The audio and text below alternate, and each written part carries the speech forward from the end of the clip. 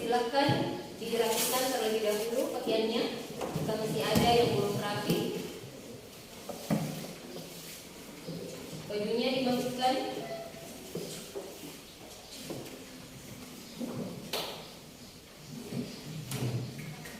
Sudah ya? Sudah rapi semua? Sudah. Oke, silakan ditengok di kolong mejanya, di bawah meja ada sampah atau tidak? Ada sampah atau tidak? Tidak ada, Bu. Ya, baiklah. Berarti betul-betul kelas ini memperhatikan pelatihannya. Nah, sekarang Ibu akan mengecek kehadiran. Ada yang tidak hadir hari ini? Hadir semua, Bu. Oke, bagus ya.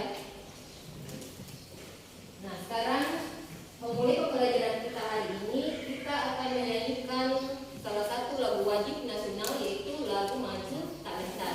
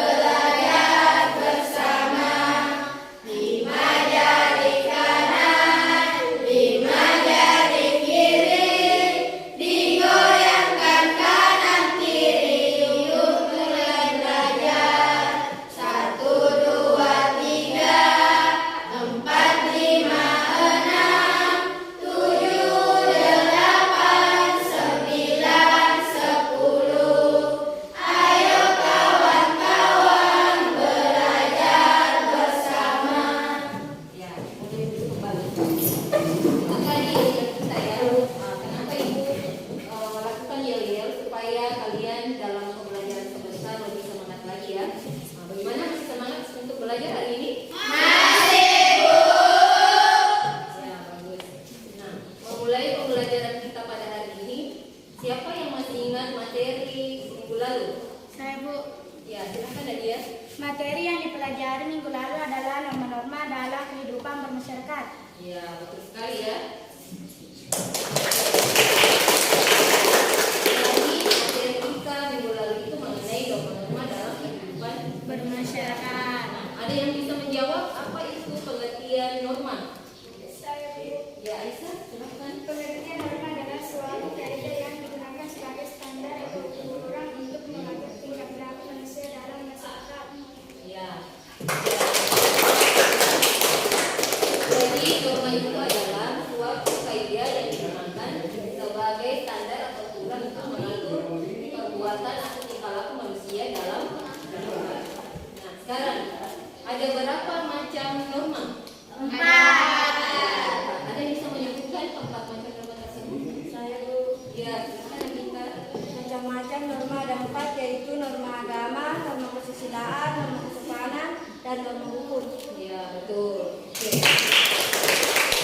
Jadi, norma itu terdiri dari, jadi ada 4 ya, norma agama, norma kesusilaan, norma kesopanan, dan norma hukum. Ya, itulah macam-macam norma.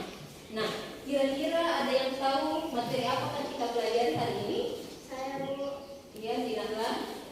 Yang akan dipelajari hari ini adalah arti penting norma dalam mewujudkan keadilan. Ya, jadi yang akan kita pelajari hari ini mengenai arti penting norma dalam mewujudkan keadilan. Nah, di sini ada kompetensi dasar. Nah, dari kompetensi dasar ini yang pertama, menghargai norma-norma yang berlaku dalam kehidupan bermasyarakat dengan wujud sebagai anugerah Tuhan yang Maha Esa.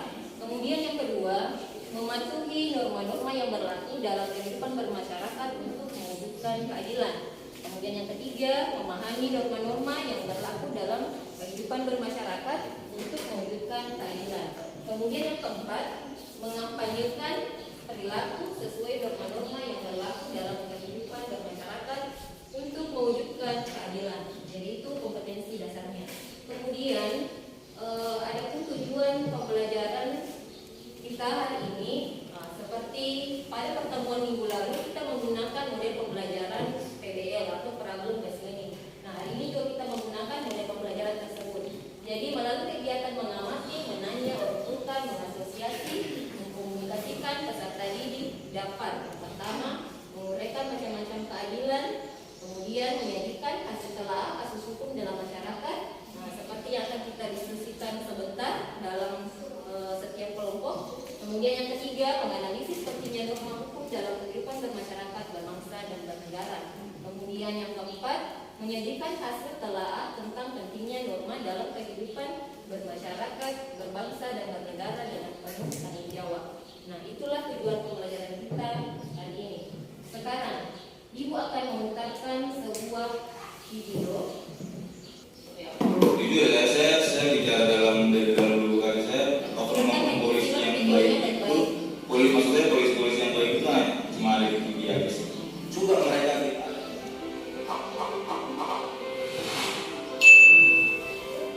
Berdasarkan Undang-Undang Dasar 1945, Indonesia termasuk negara hukum. Maksudnya bahwa segala sesuatu permasalahan di Indonesia dapat diselesaikan dengan jalur hukum. Hal itu seperti yang tercantum dalam Undang-Undang Dasar 1945 Pasal 28D ayat 1 yang bunyinya, setiap orang berhak atas pengakuan, jaminan perlindungan, dan kepastian hukum yang adil serta perlakuan yang sama di hadapan hukum. Nah, maka dari itu, berarti hukum harus ditegakkan secara adil bagi seluruh rakyat Indonesia. Yang sampai seperti yang banyak terjadi sekarang, hukum terasa tajam ke bawah, tapi tumpul ke atas. Apa ini maksudnya? Istilah tersebut muncul ketika mulai banyaknya pengenaan vonis hukuman yang dirasa nggak adil antara kaum kasta bawah dengan kaum kasta atas. Nah, jadi maksudnya hukum tajam ke bawah, tumpul ke atas itu kalau masyarakat biasa-biasa, apalagi orang miskin yang melanggar hukum, meskipun nggak fatal-fatal banget, dia bakal dikasih hukuman yang benar-benar sesuai undang-undang tanpa ada belas kasihan. Ya, kalau perlakuan gini juga diberlakukan terhadap orang kaya, apalagi pejabat sih, no problem ya. Masalahnya, giliran yang melanggar hukum itu orang kasta atas, apalagi pejabat, mereka tidak divonis hukuman yang setimpal. Mungkin karena orang-orang kaya atau pejabat itu bisa bayar ahli hukum alias pengacara kali ya. Jadi bisa minta dibela dengan bayaran banyak agar bagaimanapun caranya mereka bisa lolos dari hukuman atau dapat hukuman yang ringan. Kalau kayak gini, gimana nasib orang miskin yang gak bisa bayar pengacara mahal?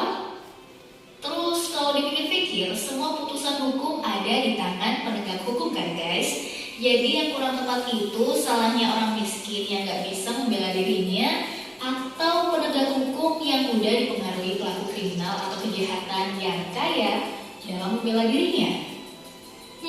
Gimana menurutmu guys? Kalau kita ngikutin kabar berita, pasti bisa nemuin banyak kasus hukum yang menunjukkan hukum itu tajam ke bawah tapi tumpul ke atas.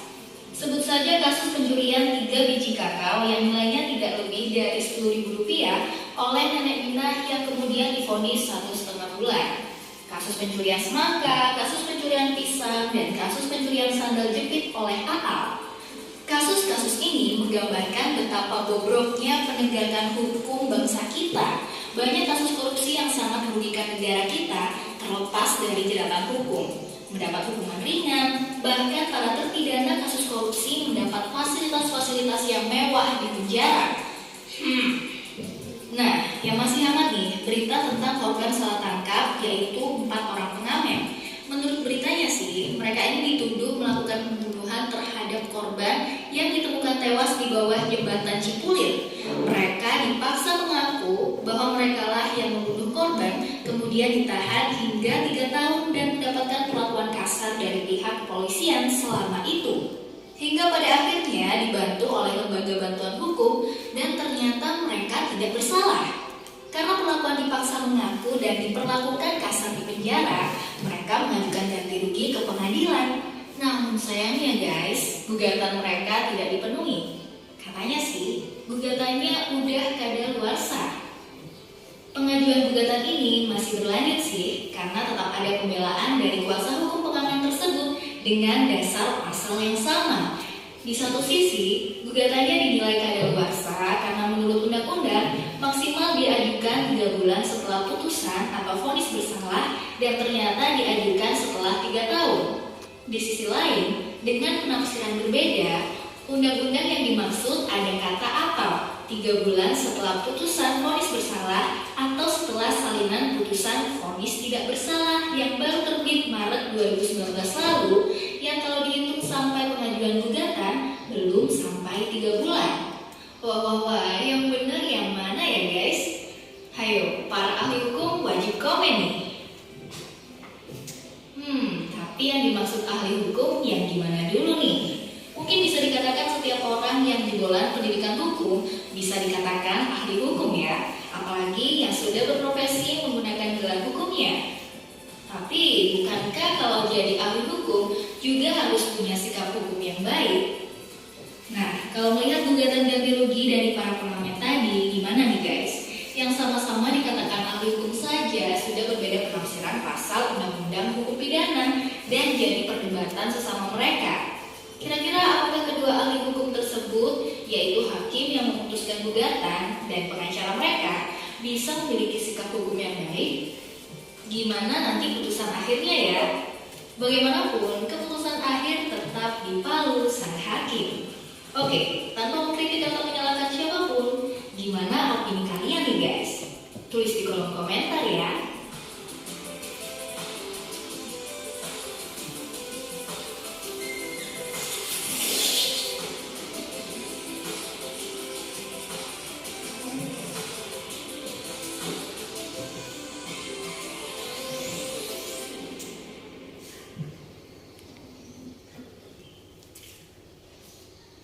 Ya, itu tadi video yang ditampilkan ya. Nah, kira-kira ada yang bisa menjawab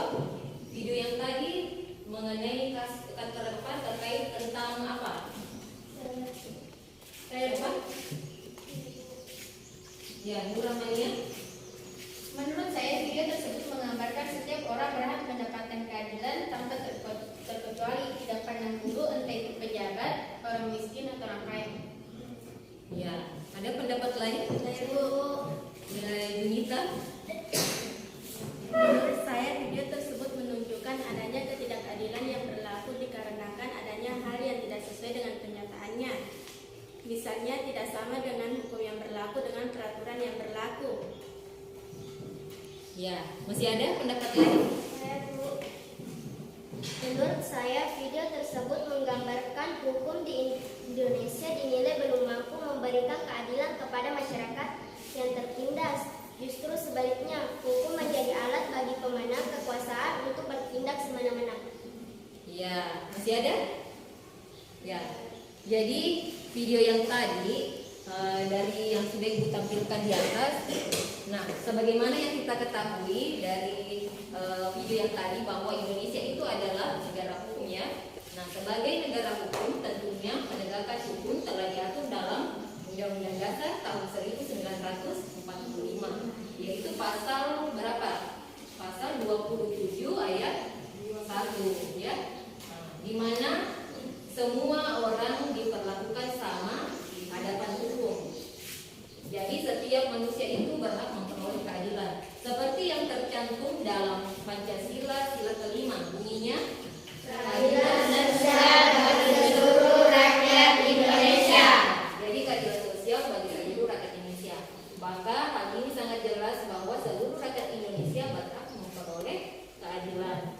Nah, sekarang kita akan membagi kelompok. Kalian akan membentuk kelompok sesuai dengan pertemuan yang lalu ya, yang sudah dibentuk kelompoknya. Ibu beri waktu 5 menit, silakan kalian membentuk kelompok sesuai dengan kelompok masing-masing.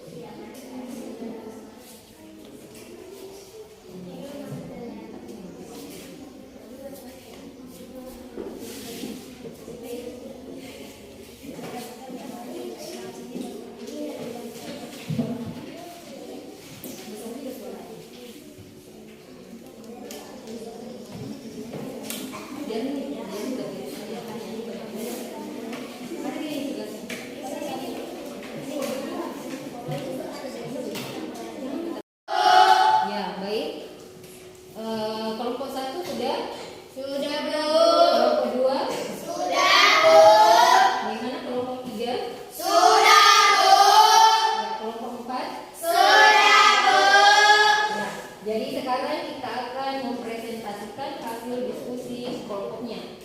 Jadi siapa yang mau naik tampil pertama untuk diskusi di depan?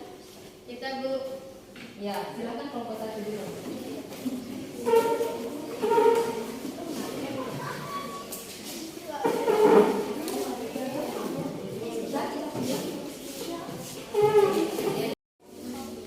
Assalamualaikum warahmatullahi wabarakatuh.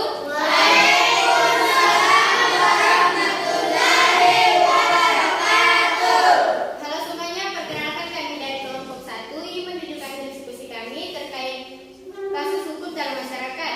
Terdapat pada gambar 1 terdapat seorang nenek yang dituntut penjara selama 5 tahun karena mencuri 5 pohon jati. Dan kami akan menunjukkan diskusi kami dan saya akan memberikan kesempatan kepada anggota saya bernama Aisyah Brahmani dan Nur Farida untuk membacakan hasil diskusi kami. Coba analisis gambar tersebut. Apa yang dilakukan oleh gambar kasus tersebut? Menurut saya pada kasus ini terlihat bahwa pembuktian semena-mena tidak adanya bukti persidangan bahwa pelapor memiliki surat tanah maupun bukti dia menanam pohon di daerah tersebut. Dalam persidangan jelas bahwa pelapor tidak memiliki semua bukti tersebut. Padahal pemilik tanahnya sendiri telah memberikan izin kepada saudara dan keluarga untuk memberikan daerah sekitar kubur tersebut. Akan tetapi pengadilan tidak menanyakan secara lebih detail mengenai perbuatan saudara dan keluarga dan langsung menyatakan bahwa mereka melakukan perusakan tanaman serta membuat vonis penjara kepada keluarga tersebut. Bagaimana pendapat Anda sebagai peserta didik untuk menanggapi hal itu? Menurut saya, upaya mengetahui hal tersebut adalah yang seharusnya dari awal persidangan. Para hakim dan jaksa melihat terlebih dahulu kondisi para pelaku, baik sosial maupun kehidupan. Menurut kami pula sebagai masyarakat, kita harus bisa mengatasi masalahnya sendiri. Misalnya dengan menyediakan alat bukti yang mendukung pernyataan sehingga hukum bisa terlihat adil ketika semua kepentingan bisa menyuarakan aspirasi dan tidak diumpan diri satu sama lain. Serta upaya apa yang dilakukan agar hukum bisa ditegakkan dengan baik.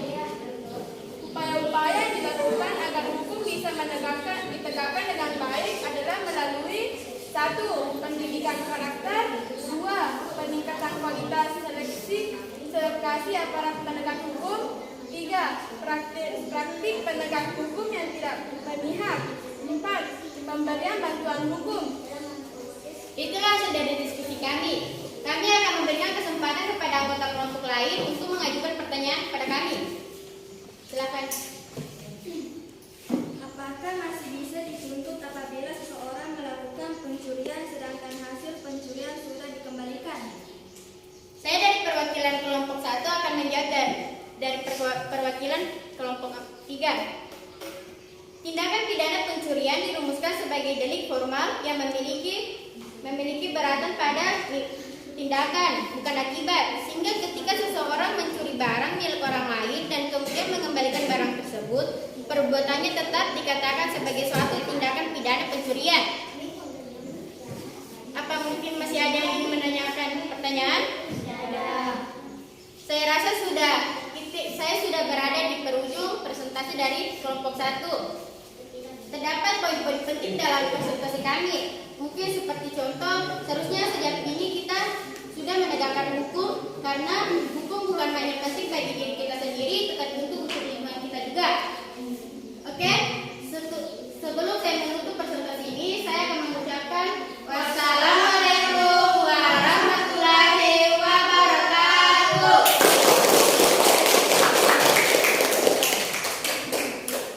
Nah, selanjutnya untuk kelompok 2 ya. Silakan tampil di depan.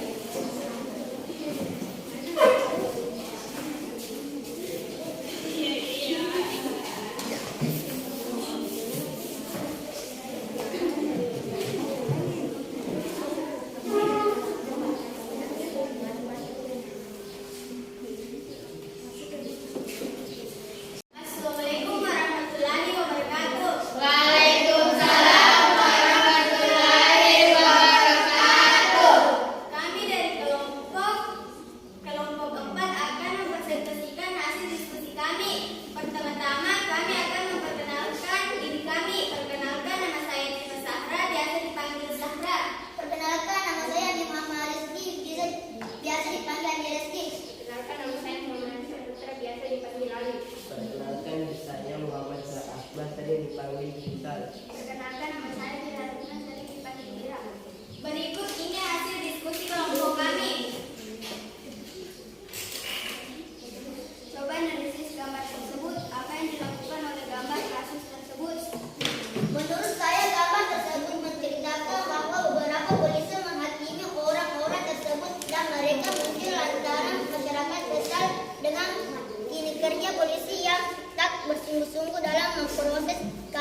dilaporkan masyarakat itu.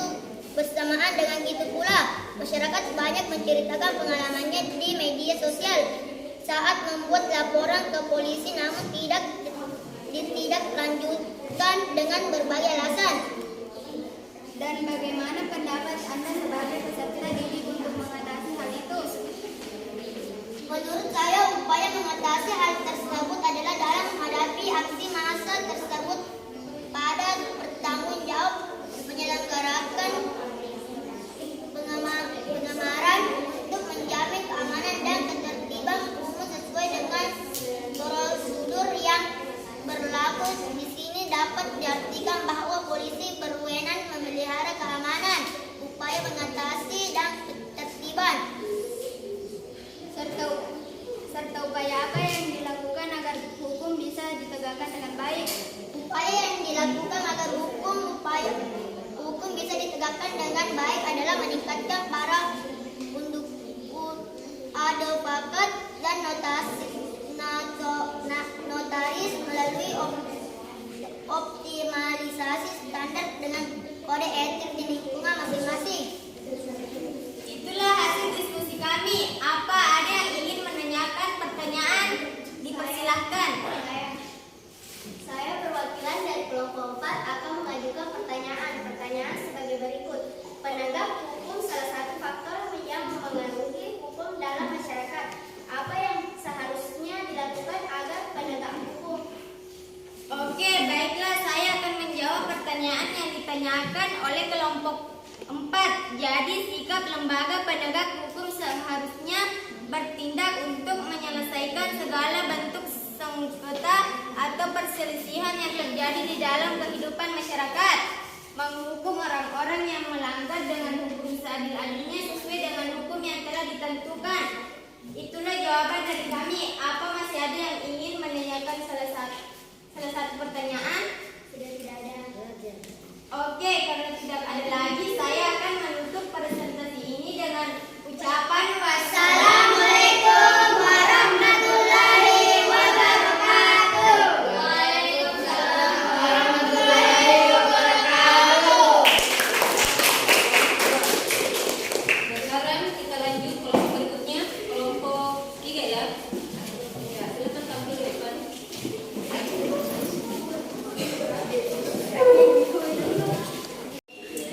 Assalamualaikum warahmatullahi wabarakatuh. Waalaikumsalam warahmatullahi wabarakatuh. Halo semua, perkenalkan kami dari kelompok 3 yang membacakan hasil diskusi kami terkait kasus hukum dalam masyarakat. Pertama-tama kami memperkenalkan nama anggota kelompok kami. Perkenalkan, nama saya Gita Putri. Perkenalkan, nama saya Alicia. Perkenalkan, nama saya Mama Irwan. Perkenalkan, nama saya Mama Irwansyah. Perkenalkan, nama saya Mulia Mirza. Hasil dari diskusi kami sebagai berikut. Coba analisis gambar tersebut. Apa yang dilakukan oleh gambar kasus tersebut? Menurut kami, pada kasus ini terlihat bahwa beberapa komunitas yang bergerak memperjuangkan hak-hak anak perempuan.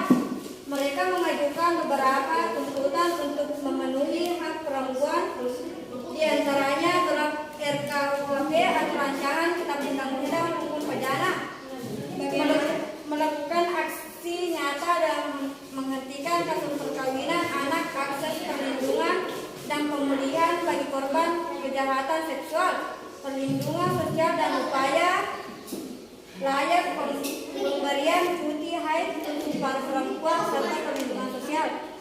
Bagaimana pendapat Anda sebagai peserta didik untuk mengatasi hal itu? Menurut kami, upaya mengatasi tersebut adalah: 1. Mengakhiri segala bentuk diskriminasi, 2. Menghapuskan segala bentuk kekerasan, 3. Menghapuskan semua praktek yang membahayakan, 4. Menyadari dan menghargai dan pekerjaan, 5. Memastikan bahwa semua perempuan dapat berpartisipasi penuh dalam kehidupan politik, sosial, dan ekonomi. Serta upaya apa yang dilakukan agar hukum bisa ditegakkan dengan baik? Upaya-upaya yang dilakukan agar hukum bisa ditegaskan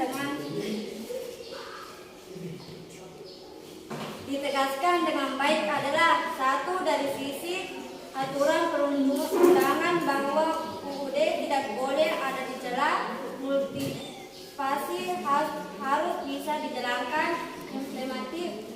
2. Dari sisi aparat penegak hukum bahwa setiap aturan perundungan harus didukung dengan aparat yang bagus. 3. Dari sisi masyarakat bahwa masyarakat harus mempunyai kesadaran hukum. Itulah tadi hasil diskusi kelompok kami. Mungkin dari beberapa kalian ingin mengajukan pertanyaan, kami persilahkan. Apa saja ketidakadilan gender dalam masyarakat? Kami akan menjawab pertanyaan dari kelompok 1 sebagai berikut. 1. Kekerasan fisik maupun non-fisik yang dilakukan oleh suami terhadap istrinya di dalam rumah tangga. 2. Pemukulan, penyiksaan, dan perkosaan yang mengakibatkan perasaan tersiksa dan tertekan. 3. Pelecehan seksual. 4. Eksploitasi seks terhadap perempuan dan pornografi. Mungkin masih ada yang ditanyakan? Tidak ada. Karena tidak ada lagi yang ingin menanyakan sesuatu, kami akan menutup presentasi dari kelompok kami. Sekian dan terima kasih. Wassalamualaikum warahmatullahi wabarakatuh. Waalaikumsalam warahmatullahi wabarakatuh.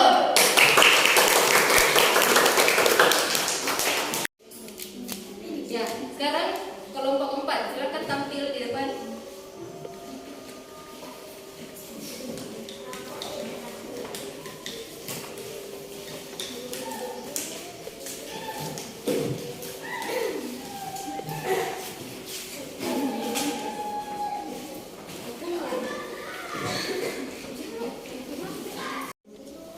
Assalamualaikum warahmatullahi wabarakatuh.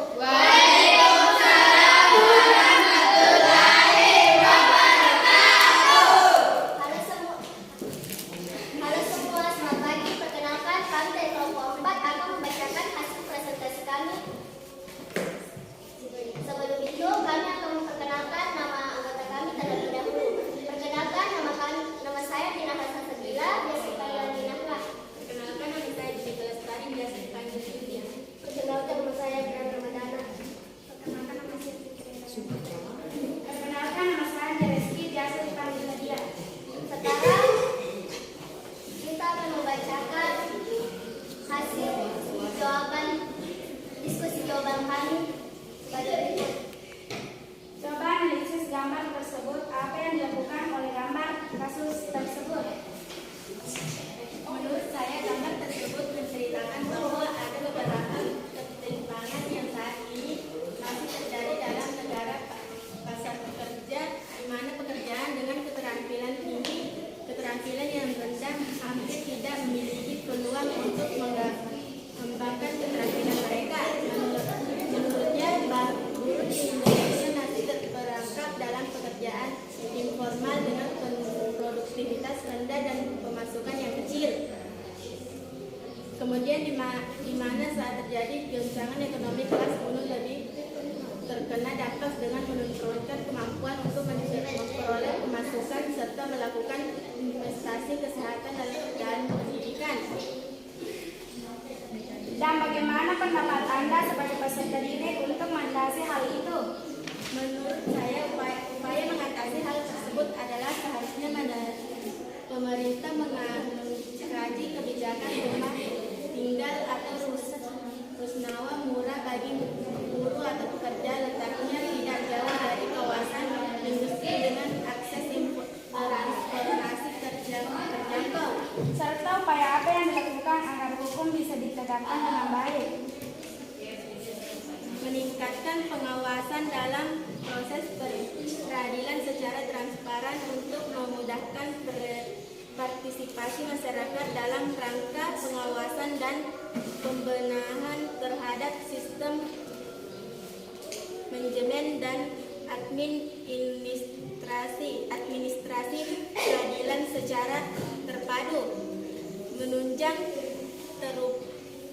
teruptanya sistem peradilan bidang yang patut melalui singkat administrasi peraturan perundangan-undangan yang mengatur tugas dan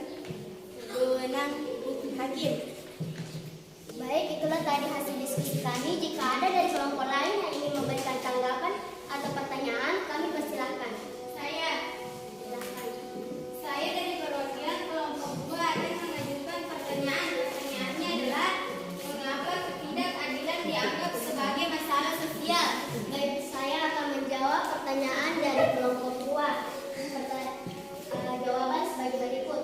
Ketidakadilan sebagai masalah sosial karena pergaulan unsur kesewenang-wenangan, yaitu pada umumnya menyangkut masalah pembagian sesuatu terhadap hak seorang atau kelompok. Dampak ketidakadilan akan memunculkan kesenjangan sosial ekonomi pada masyarakat. Itulah tadi hasil jawaban saya.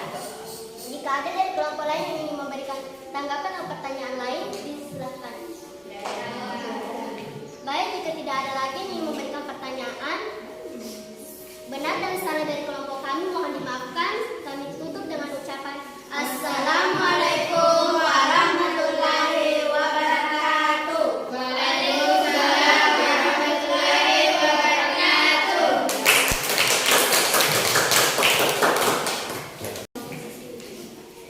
Ya, itulah tadi hasil diskusi kalian untuk masing-masing tiap kelompok. Nah, berdasarkan hasil penilaian dan pengamatan tadi dari 4 kelompok, maka Ibu menilai ada 1 kelompok yang terbaik dari hasil diskusi kita, presentasi kalian dalam pada hari ini. Nah, menurut Ibu, kelompok terbaik hari ini adalah kelompok 2 ya. Kelompok 2. Kenapa Ibu memilih kelompok 2? Tadi Ibu melihat dari kelompok 2 selain aktif dalam berdiskusi secara berkelompok, dalam menyajikan hasil diskusinya tadi ke depan, menurut Ibu sudah bagus. Kemudian jawaban yang disampaikan juga sudah sangat jelas dan sistematis apa jawaban yang disampaikan. Tetapi itu tetap mengapresiasi untuk kelompok yang lain karena sudah mengerjakan tugasnya secara tepat waktu. Nah, untuk kedepannya mungkin bisa ditingkatkan lagi dari caranya menyajikan hasil diskusi menggunakan bahasa yang baik dan benar. Nah, jadi seperti itu. Oke, sekarang silakan dikumpulkan hasil tugasnya yang tadi diskusi kelompoknya.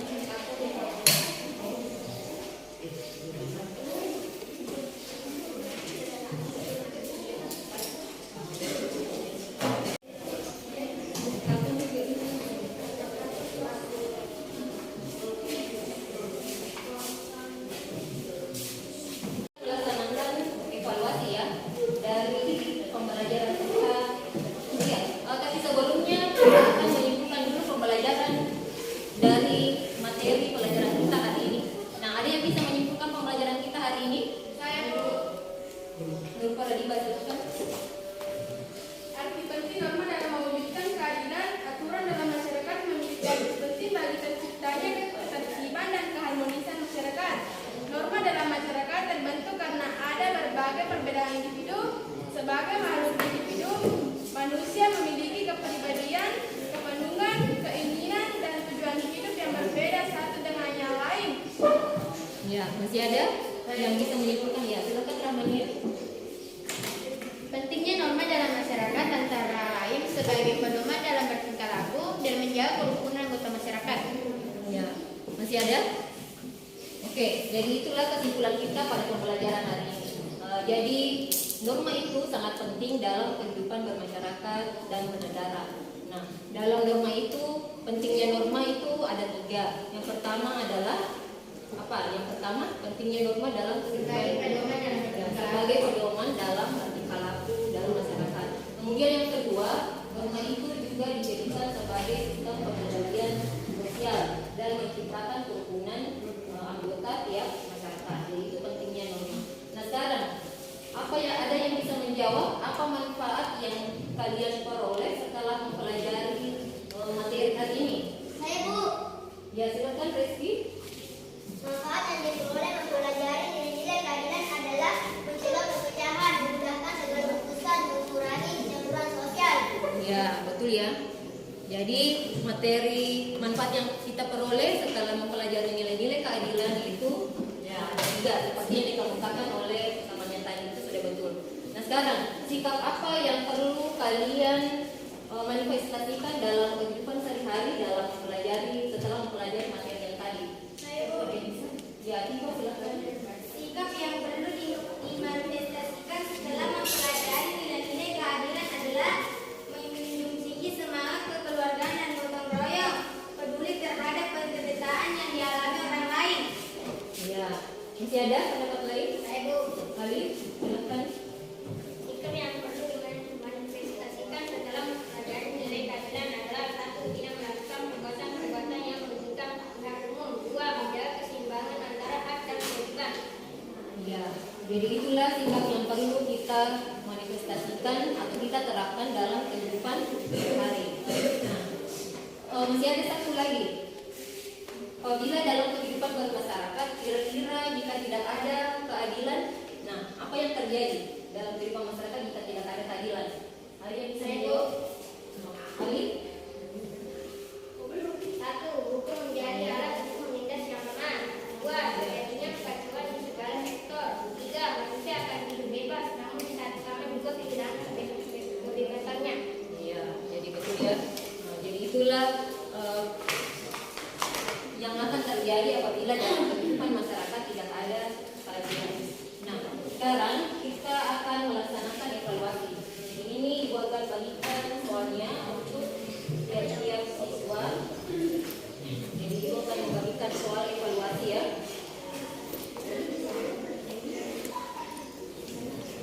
Jadi silakan dikerjakan tiap soalnya untuk tiap-tiap siswa.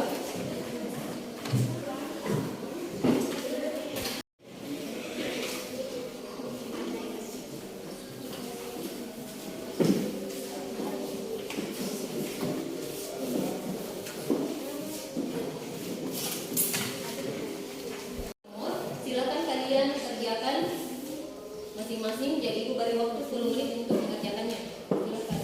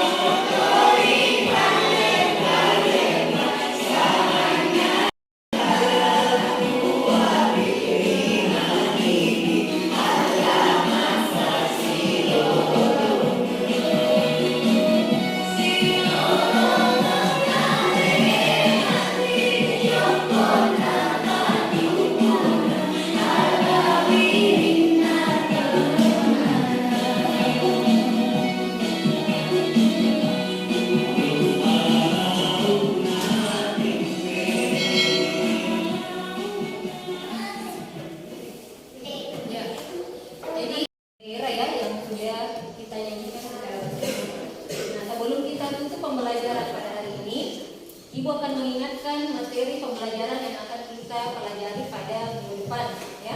Jadi pelajari materinya bab 3 tentang perumusan dan pengesahan Undang-Undang Dasar Negara Republik Indonesia ya. Jadi itu materi kita akan kita pelajari pada minggu depan. Nah sekarang sebelum kita tutup atau kita akhiri pembelajaran, silakan ketua kelas memimpin doanya.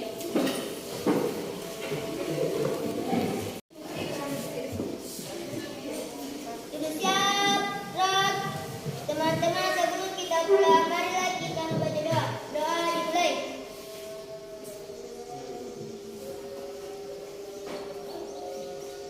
Doa selesai. Kepada ibu guru, beri salam.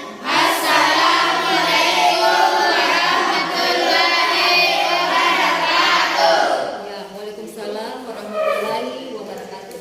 Jadi cukup sekian pertemuan kita hari ini. Jadi gua akhiri dengan ucapan wabillahi taufiq wal hidayah. Wassalamualaikum warahmatullahi wabarakatuh.